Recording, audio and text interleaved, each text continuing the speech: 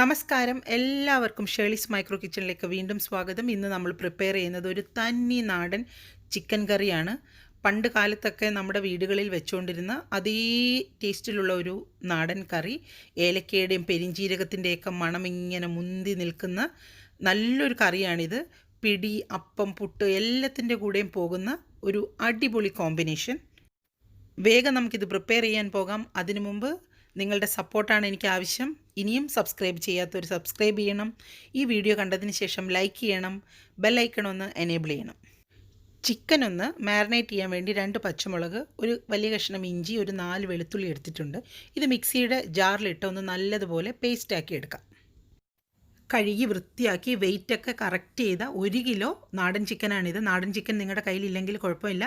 കയ്യിൽ ഏത് ടൈപ്പ് ചിക്കനാണോ ഉള്ളത് അത് വെച്ചിട്ട് തന്നെ പ്രിപ്പയർ ചെയ്യാം. ഇനി ഇതൊന്ന് മാരിനേറ്റ് ചെയ്തെടുക്കണം. ഇതിലേക്ക് 1 ടീസ്പൂൺ മഞ്ഞൾപ്പൊടിയാണ് ആഡ് ചെയ്തത്. ഇനി ഇതിലേക്ക് 1 ടീസ്പൂൺ ഉപ്പും കൂടി ചേർത്ത് കൊടുക്കാം. അതിനുശേഷം അരച്ചു വെച്ചിരിക്കുന്ന ഇഞ്ചി, വെളുത്തുള്ളി, പച്ചമുളകിൻ്റെ പേസ്റ്റ് ചേർത്തിട്ട് ഒന്ന് മാരിനേറ്റ് ചെയ്യാം. മാരിനേറ്റ് ചെയ്തപ്പോൾ ഞാൻ നാരങ്ങാ നീര് ചേർക്കാൻ മറന്നുപോയി. പെട്ടെന്ന് തന്നെ 1 ടേബിൾ സ്പൂൺ നാരങ്ങാ നീരും കൂടെ ചേർത്ത് കൊടുക്കുകയാണ്.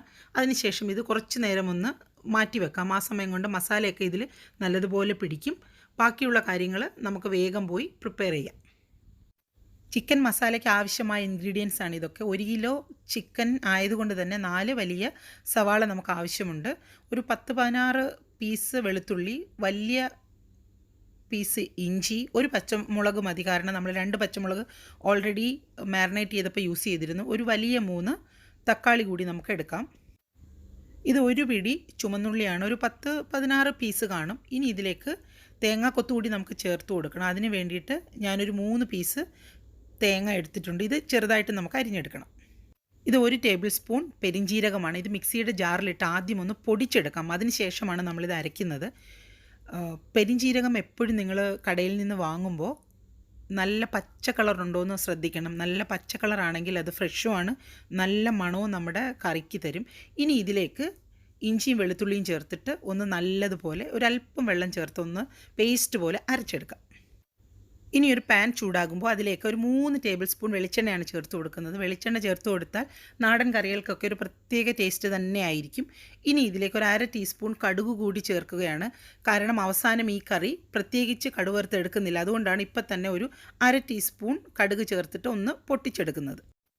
ഇനി ഈ ഓയിലിലേക്ക് അരിഞ്ഞു വെച്ചിരിക്കുന്ന തേങ്ങാക്കൊത്തിട്ടിട്ട് ചെറുതായിട്ടൊന്ന് വറുത്തെടുക്കാം. ഒരുപാട് ബ്രൗൺ കളറൊന്നും ആവണ്ട, ചെറുതായിട്ടൊന്ന് മൂത്ത് വന്നാൽ മാത്രം മതി.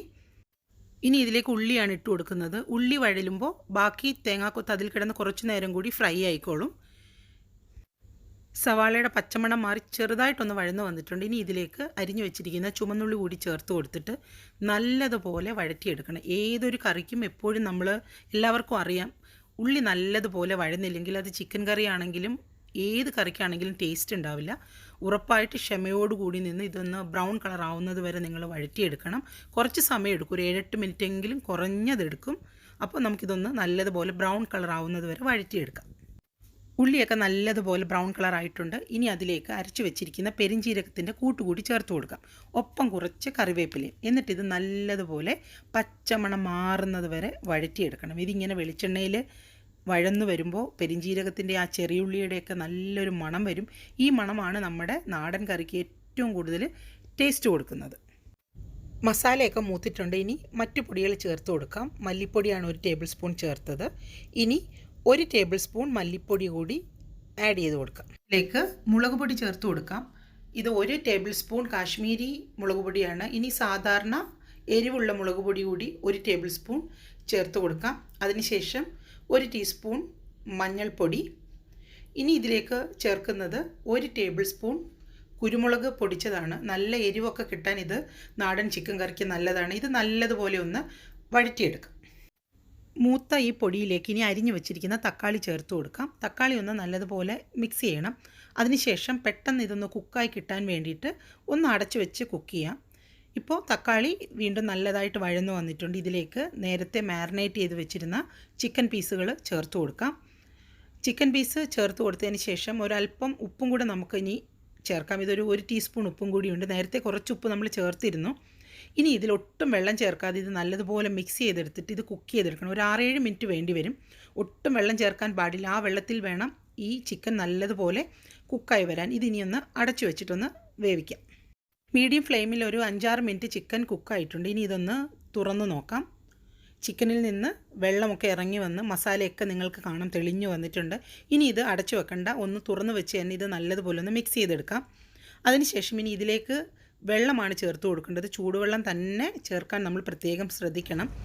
ഞാനൊരു 1/2 കപ്പ് ചൂടുവെള്ളം ചേർത്തു. ഇനിയിപ്പോൾ 1 കപ്പും കൂടെ ചേർത്തിട്ടുണ്ട്. എന്നിട്ട് ഇത് നല്ലതുപോലെ ഒന്ന് മിക്സ് ചെയ്യാം. നിങ്ങൾക്ക് വെള്ളം ആവശ്യത്തിന് ചേർക്കാം, അത് പ്രശ്നമില്ല. ഇത് നല്ലതുപോലെ ഒന്ന് മിക്സ് ചെയ്തതിന് ശേഷം ഇത് നമുക്ക് അടച്ചു വെച്ചൊന്ന് 20 മിനിറ്റോളം കുക്ക് ചെയ്തെടുക്കണം.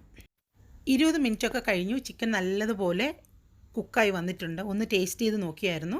അപ്പോൾ ഉപ്പിൻ്റെ ഒന്നും ആവശ്യമില്ല. ഇനി ഇതിലേക്ക് 1 ടേബിൾ സ്പൂൺ ഫ്രഷായി പൊടിച്ചെടുത്ത ഗരം മസാല പൗഡർ കൂടിയാണ് ആഡ് ചെയ്യുന്നത്. കുറച്ച് നല്ല ഫ്രഷ് കറിവേപ്പിലയും കൂടി ഈ സമയത്ത് ഇട്ട് കൊടുക്കാം. നാടൻ ചിക്കൻ കറി റെഡി ആയിട്ടുണ്ട്. ചാറൊക്കെ നല്ല കുറുകി വന്നിട്ടുണ്ട്. നല്ല മണമാണ് നാടൻ ചിക്കൻ കറിയിൽ നിന്ന് വരുന്നത്. അപ്പോൾ എല്ലാവർക്കും ഈ നാടൻ ചിക്കൻ കറി ഇഷ്ടമായി കാണുമെന്നാണ് ഞാൻ പ്രതീക്ഷിക്കുന്നത്. നിങ്ങളെല്ലാവരും ഇത് പ്രിപ്പയർ ചെയ്ത് നോക്കണം. നിങ്ങളിത് പ്രിപ്പയർ ചെയ്ത് നോക്കിയിട്ട് ഇതിൻ്റെ അഭിപ്രായം കമൻറ്റ് ബോക്സിൽ വന്ന് അറിയിക്കാൻ മറക്കരുത്. നിങ്ങളുടെ ഫാമിലിക്കും ഫ്രണ്ട്സിനും ഒക്കെ ഈ റെസിപ്പി ഷെയർ ചെയ്ത് കൊടുക്കണം. അപ്പോൾ മറ്റൊരു റെസിപ്പിയുമായി വരുന്നത് വരെ എല്ലാവർക്കും bye from Shirley's micro kitchen.